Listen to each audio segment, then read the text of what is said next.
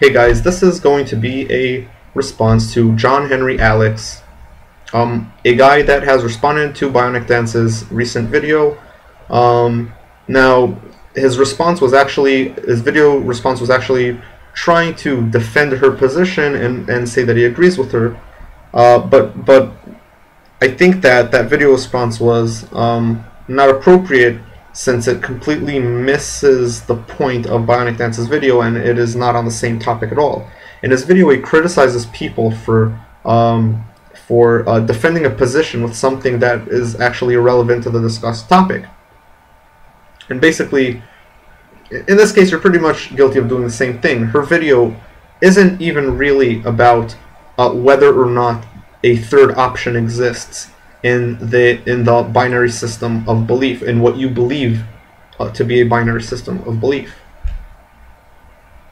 Her video, on the other hand, is about whether or not somebody can be neutral. Somebody who has never heard before of the proposition that a God exists, whether or not we should consider him an atheist. According to Bionic Dance, somebody who has never heard of the proposition that a God exists is an atheist, and that has absolutely nothing to do with whether or not there's a third option. It is an example of a third option, but that's not the issue being discussed in her video at all. Now, to your video, you bring up some clips by Noel Plum in which he agrees with Bionic Dance. Let's leave that aside for now, because that's up to him whether or not he wants to defend your arguments against him. I'm going to argue against. I'm going to argue in favor of a third position in your false dichotomy of belief, which you call the binary system of belief.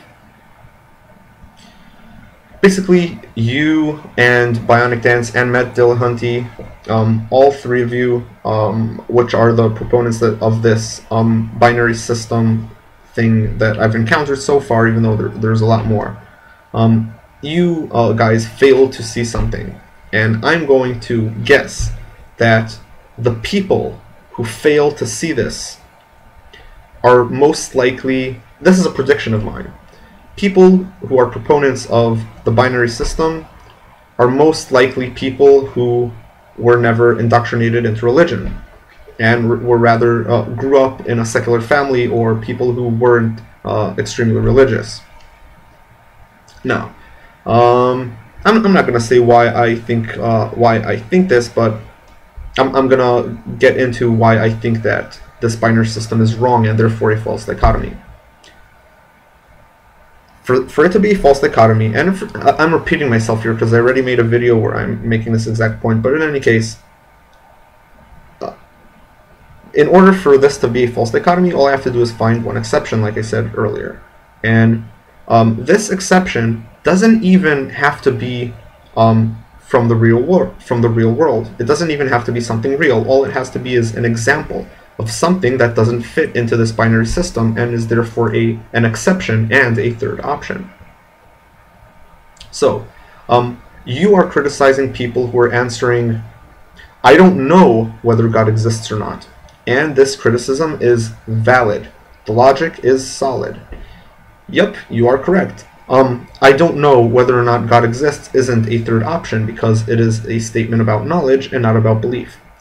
But what about the statement, I don't know whether or not I believe in God? I'm not sure whether or not I believe in God. What do you think about that statement? Now, in order for your false dichotomy to be considered a binary system, you have to say that such a person can never exist. There cannot be a person who is not sure whether or not he believes in God. Now, like I said, this example doesn't even have to have a ground in reality for it to be valid, for it to be, for it to make your dichotomy a false dichotomy. But it just so happens that people who have deconverted from religion have not done it all at once, all in one boom, which is why I think that people who hold this position are likely not deconverted, but rather grew up as atheists, because they never had this phase, so they don't understand it. They've never went through the phase in which you are not sure what you believe. When you have evidence that God exists, you have all the values that you grew up on, and you have a strong conviction that God exists. But then on the other hand, you have doubt. And slowly, the strong conviction that God exists shifts towards doubt until doubt becomes skepticism. And skepticism leads you to become an atheist. So in this stage of when your conviction in God's existence slowly melts and turns into doubt, you are not sure whether or not you believe in God. So when somebody asks you, do you believe in God? Yes or no? The only answer you could answer is, I don't know. I don't know whether or not I believe in God.